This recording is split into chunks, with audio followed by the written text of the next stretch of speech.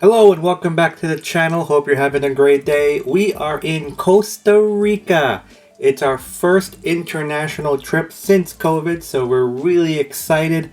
We're going to spend a week in Costa Rica, start off in the city of Liberia, and then head up to Dreams Las Mareas Resort. So let's just jump right in and show you Liberia. Good morning from a very bird active Liberia, Costa Rica. We spent the night at Hotel Boyeros, which is in Liberia, downtown Liberia, just near what they call American Corner. Great hotel. As you can see, I'm showing you guys the pool right now. It's got a massive pool. It's got a water slide. It's also got these, I guess, paintings or murals of sharks at the bottom. So that's kind of cool. Pool only goes up to about 5 feet 6 inches, 5 feet 5 inches, which is the deep end over here. So we spent the night here. It's a pretty nice hotel, I have to say. It's a great hotel if you're looking for somewhere to stay in Liberia. They do offer breakfast, so we're gonna grab that in about a half hour or an hour from now, and then we're gonna go off to a coffee tour, which we'll show you.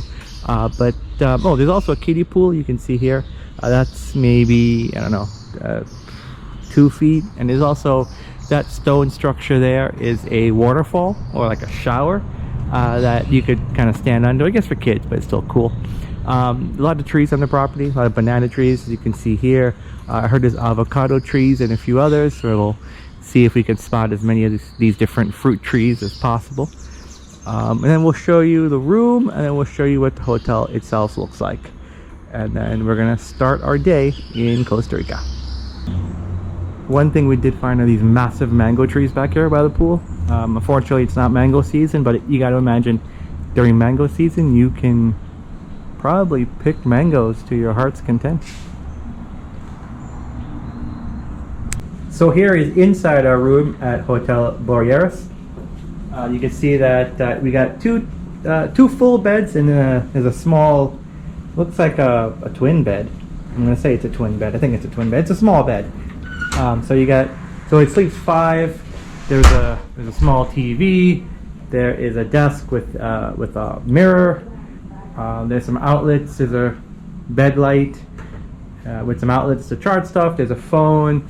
There's the ductless AC, and there's 2 doors I mentioned before. One door takes you out to the pool, and then this door takes you out to the, I guess, where people can park. So if I step outside for a second, you can see, well, nobody right now, but one car. But typically you can just park your car here because the rooms are accessible from outside. So we were in room 121, and that's pretty much it. There is a safe, there is an area to hang your clothes. Here is the bathroom. You got a sink, a mirror, and then you got the shower. Great water pressure in this shower, by the way. Just great water pressure.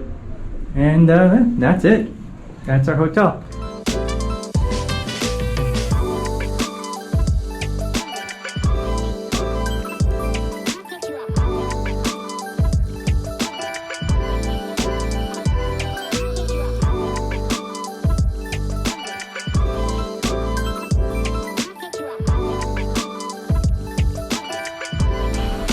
This is the breakfast area. So after doing COVID protocols and washing hands, you find the table that has your room number, which is over here, and they bring your breakfast order to you.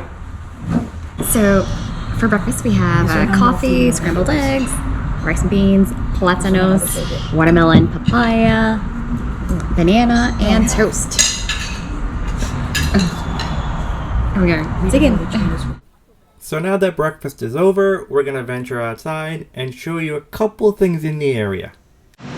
So that's the Pan American Highway up there, and the reason why it's called American Corner, or by the locals, is you got a KFC over there, you got a Burger King straight ahead, it's a Taco Bell across the street, and across from the Taco Bell is a McDonald's. So pretty much you got all your American fast food.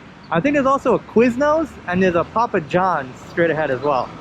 And by the way, our hotel, Hotel Boyeros, is literally across the street on the other side of the Pan American. So it's Monday morning, a lot of traffic, people, going to work or whatever, but yeah, here we are. There's Taco Bell. And you can kind of see the McDonald's over there. And there's a KFC. And this is where the Peri and a bunch of different restaurants. Also, if you're looking for cash, there are a couple different banks in this area with with ATMs that are outside, so you can come, you know, whenever you need to get cash. So where the locals lovingly call American Corner, we've come to the local Peri, which is this grocery store that's really, really nice and well stocked. A lot of stuff, a lot of local Costa Rican stuff and other stuff. Came looking for a lot of fruit, but not that much fruit, but we did find some papaya. Here's some mango, coconuts, there's some pineapple, watermelon, some avocados over here. Here's some more fruit. Really looking for local fruit. Stuff like this.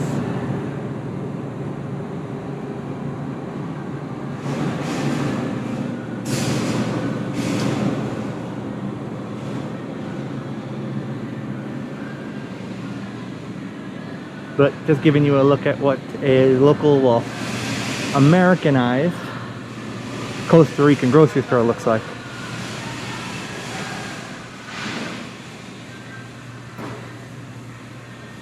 See what type of cereal they have. Cornflakes, Cocoa Krispies. Hershey's got a cereal over here. These Fruity Pebbles.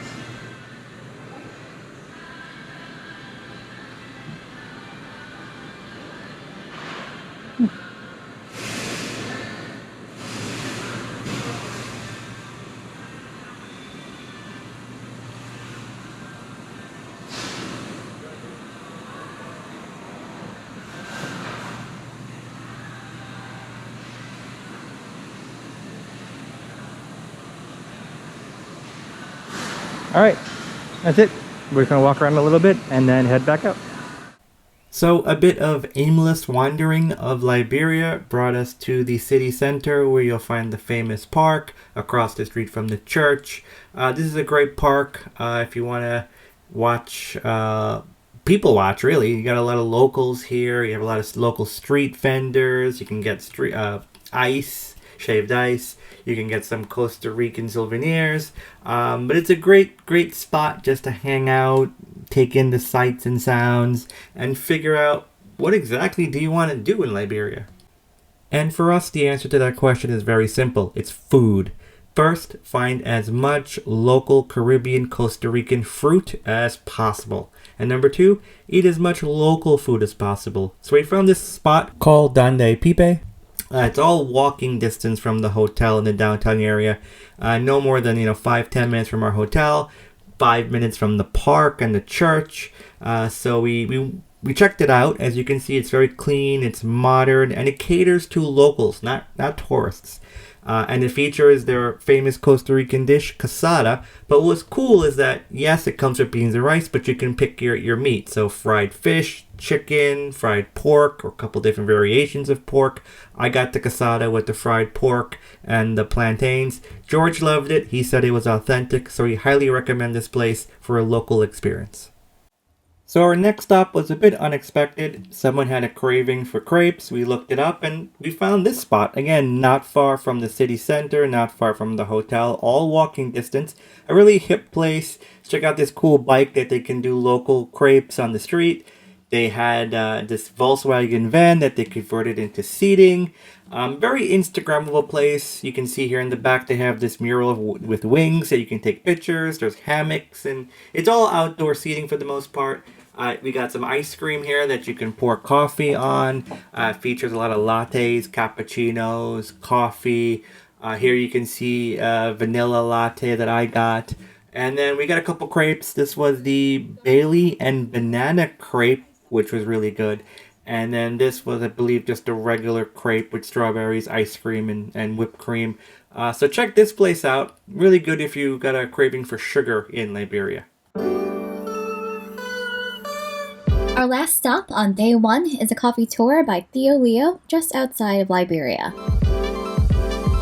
Tio Leo Coffee is located about 18 miles west of Liberia, about a 20-minute drive, and 6 miles west of the airport.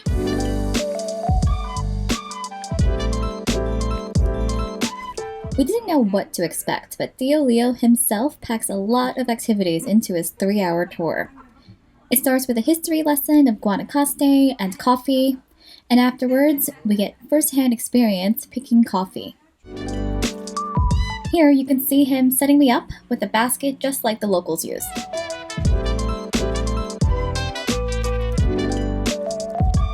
We learned that coffee grows better in the wetter mountain areas of Costa Rica and not in the drier area of Guanacaste. But Tio Leo developed irrigation systems that allows him to grow coffee in Guanacaste. And we got to explore his fields. Actually, not just to explore, but to put me to work, picking the darker red beans. The redder the bean, the better the quality of the coffee. My task was to fill this basket, which experienced coffee bean pickers can fill in less than an hour and are paid $2 US per basket. Of course, it was all part of the fun. I didn't have to fill the entire basket. After about 10 minutes of picking, we got to explore some other trees in his farm, like this one, which is soursop. And this is a cinnamon tree. And this is a cocoa tree. After exploring the trees, it's time for a snack, so we're making our own empanadas. I'm gonna put my initials in there so I know which one is mine. And then finally, we're gonna try some of this great coffee we've been hearing about all morning.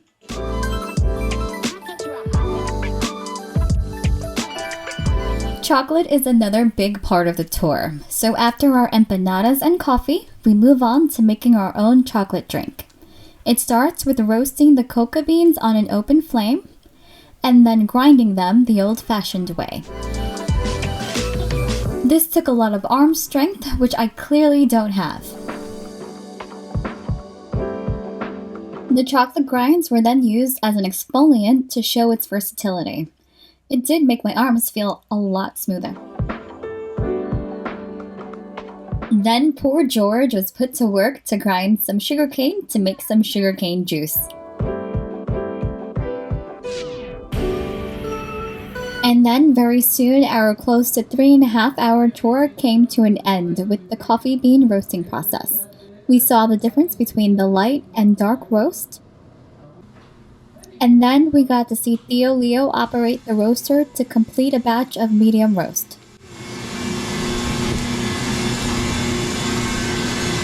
Very medium roast going into the cooler. Now all we need to do is just keep the lid here for. After learning so much about the entire coffee making process, we just had to take it back home.